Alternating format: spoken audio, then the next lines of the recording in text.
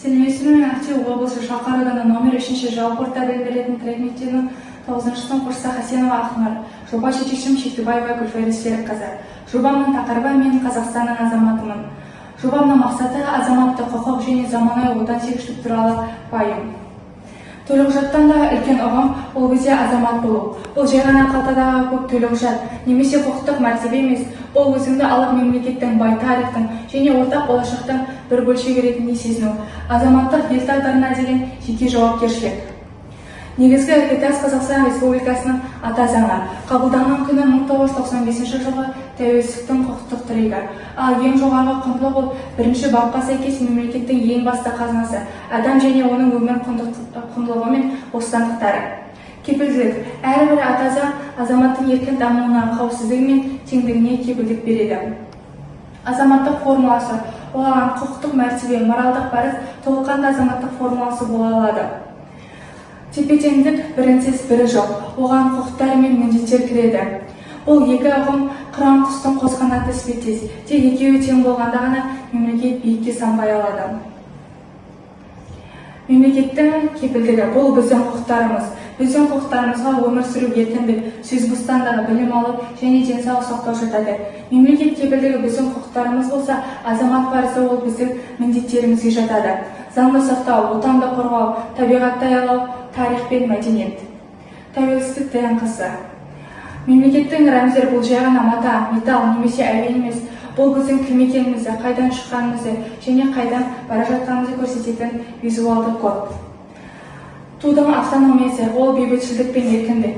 Көк аспан ол бейбітшілдік, ашықтық және тазалықтың белгісі. Ал алтын күн, қуат, өмір, байлық және нұрын шашқан 32 сәуле молшылықтың нысаны.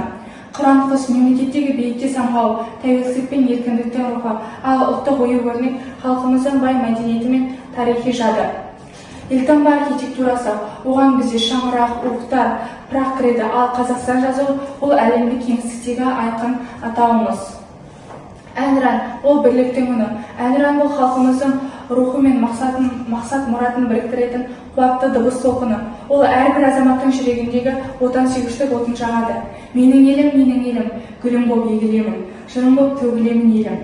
Әнұранды шырқау өзіңнің ұлы даланың перзенті екеніңді мақтанышпен мойындау. Заманауи отансүйгіштіктің 3 тірегі болады. Олар білім, құрмет және еңбек. Білімге бізде бүгінгі патриотизм қарумен емес ақылмен және ғылыммен өлшенеді. Сауатты азамат ол күшті мемлекет.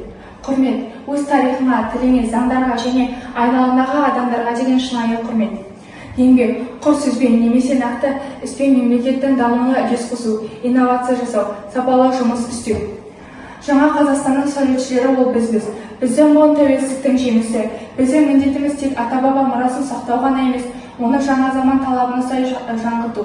Сыни тұрғыдан ойлайтын ұрпақ, технологиялар мен ғылымды меңгерген жастар және әлемге ашық, бірақ тамырын ұмытпаған азаматтар. Азамат болу ол күнделікті әрекет. Мен Қазақстанның азаматымын деп айту тек мақтаныш емес, ол оқудағы ізденіс, заңға деген құрмет, қоғамға деген қамқорлық. Біздің әрбір дос қадамымыз отанымыздың жарқын болашағы қорғайтын кірпіш. Біздің ертеңіміз бұл бүгінгі таңдауымызда. Назар салып тыңдағандарыңызға рахмет.